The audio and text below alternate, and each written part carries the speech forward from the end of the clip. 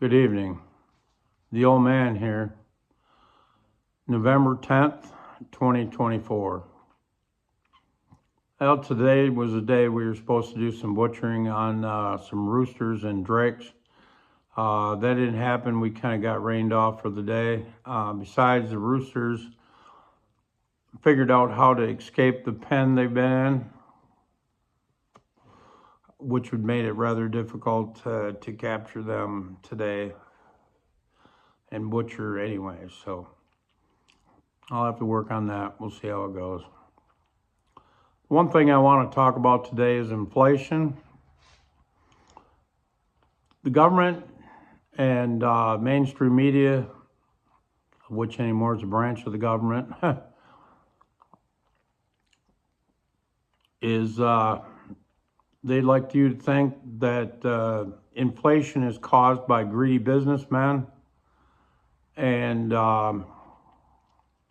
greedy corporations, when there's nothing farther from the truth.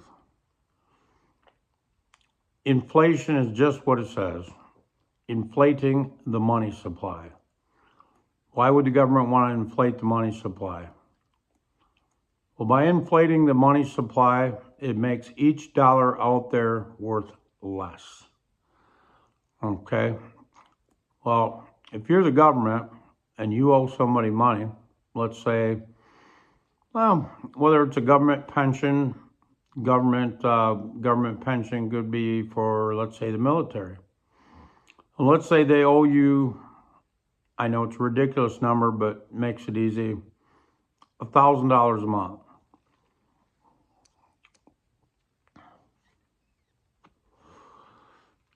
Well, they don't want to default on that promise, so what they're going to do is give you $1,000 a month, and each year they're going to inflate the money supply by, they claim 2% or 2% inflation. Okay. When in reality, the way they figure inflation today is nothing short of a lie.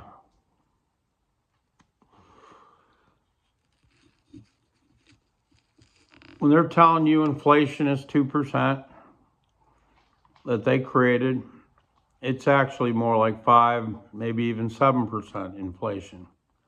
Okay, so let's say you're on a government pension, getting $1,000 a month, and every year they give you a cost of living adjustment of 2%.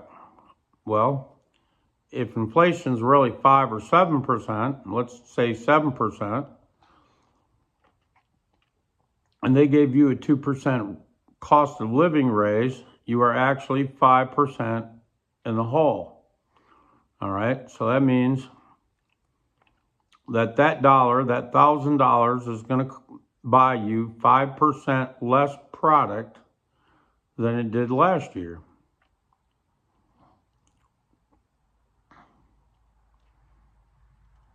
That's theft. Okay, they know what they're doing. They are cooking the books.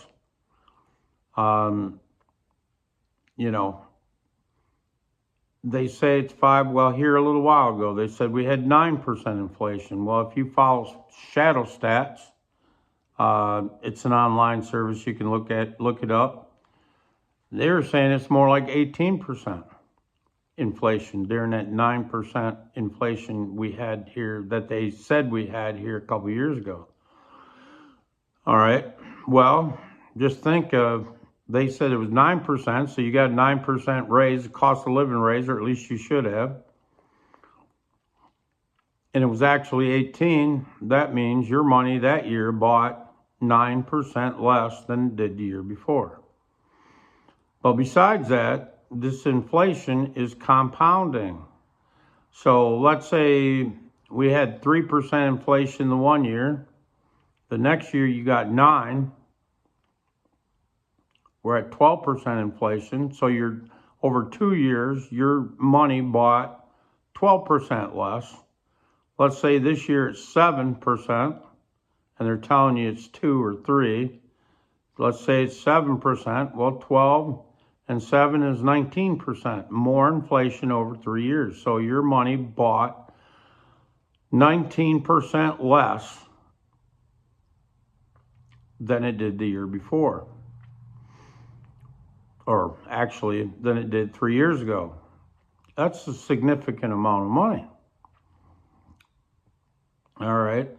Well, the reason the prices go up, you think about this, over 3 years, 19, let's call it 20%, the cost of everything goes up by 20%. Well, of course the prices have to go up. But that's a symptom, okay? They're saying it's the greedy businessmen. No, it's the government running the prices up through inflation. Who does that affect the most? Anybody that's on a fixed income, or even the working class. I don't know about you, but I don't know anybody that's got 30% raise over the last 3 years. Or, almost 20% raise over the last 3 years. So the only people that, the very rich and the very poor, somebody that doesn't have a job, that's getting government assistance, okay, they're pretty much in the same place they were before. I'm sure they're even getting more food stamps than they did, if their rent costs more, they're paying the more rent, and if the if their consumers cost more, they're paying the more consumers. The government is. So they're not any further behind, or if they are, it's not much, not 19% over 3 years. And then the really rich, and you can't blame the rich. The rich have the ability to buy things like, say, apartment complex. Okay, say they buy a complex and it generates revenue.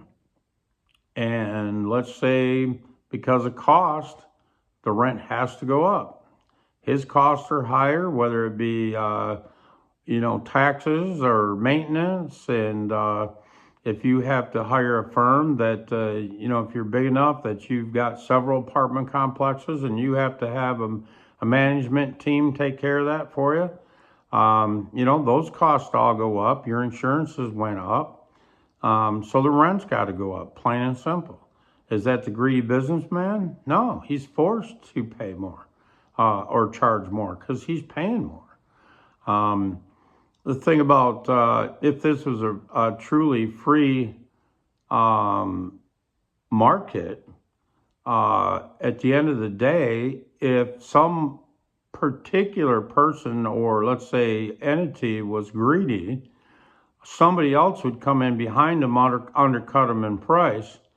And if it was all about greed and not inflation, somebody would come along and cut his price and take his market share. Plain and simple. The guy that owns the apartment complex, if he's just greedy and raising his prices every month, well, before you know it, his renters are going to look and go, well, shit, the place down the road is like $300 a month cheaper. Well, heck, for that, I'm going to move. And so at the end of his 1 year lease, let's say, or rental agreement, he's going to move. He or she's going to move, plain and simple.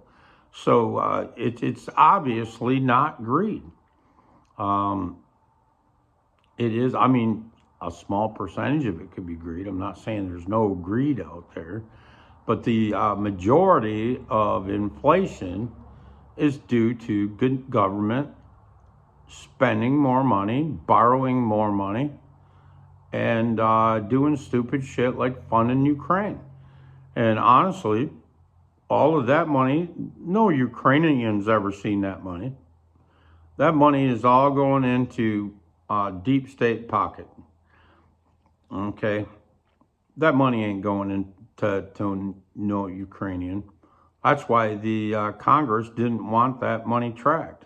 A few congressmen proposed that money was tracked as to where it went, and no, they shot it down. They don't want to know. They don't want you to know where that money went. It went right back into their pocket, or at least I'll bet you 90% of it did. Maybe 10% of it reached somebody over there in Ukraine. And but at any rate, let's stay on the inflation front. I just want to give you a little bit of a warning. My thoughts and thoughts of many other people that follow things, they see 2 more waves before this is over. Let's say between now and 2030, we're going to see 2 more waves of inflation. And you got to remember, inflation doesn't go away. If it's 5%, that's added on to 5%, added on to whatever you had last year and the year before and the year before that. Prices never come down thanks to the government. Even if we make things cheaper and more efficiently, them prices never come down. Do you ever see a price of a computer come down? No. But yet they make them better and cheaper all the time, but they just don't really come down because of inflation. The inflation is pushing that up. Who's benefited that? The government. Okay. I think I've spent enough time on that tonight. I'm posting kind of late anyways. I hope that made sense. I hope it cleared it up for a few people. And if you have any questions, be sure to put them in the comments. I'd appreciate it if you'd like and subscribe and even share. You guys have a good night. Thank you. Bye.